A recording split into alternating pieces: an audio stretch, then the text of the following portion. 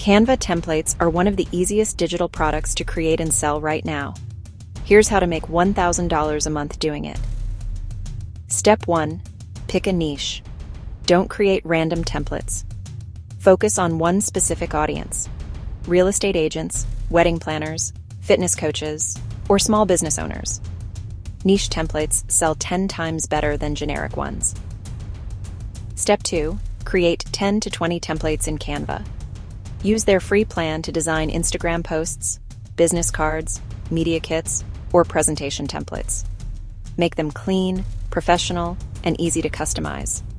Step 3. List them as a bundle on Etsy. Bundle 10 templates together and price at $15 to $25. Bundles convert far better than single templates, and the perceived value is much higher. Step 4. Use Pinterest to drive free traffic. Create a pin for each template pack, showing a preview of the designs. Pinterest buyers are high intent. They're actively looking to buy. Step 5. Scale by adding more packs. Once your first bundle sells, add a second and third niche. Each new pack is another passive income stream running 24 hours a day. Links to my recommended business books are in the description.